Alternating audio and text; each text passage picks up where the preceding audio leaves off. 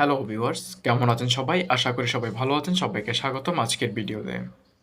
আচ্ছা, যাদের শরীরে রক্তে গ্লুকোজের পরিমাণ স্বাভাবিকের চেয়ে বেশি কিংবা ডায়েটে আছেন, তারা প্রতিদিন অন্যান্য খাবারের অল্টারনেটিভ হিসেবে বাজারের আটা বা ময়দার তৈরিকৃত খাবার খান।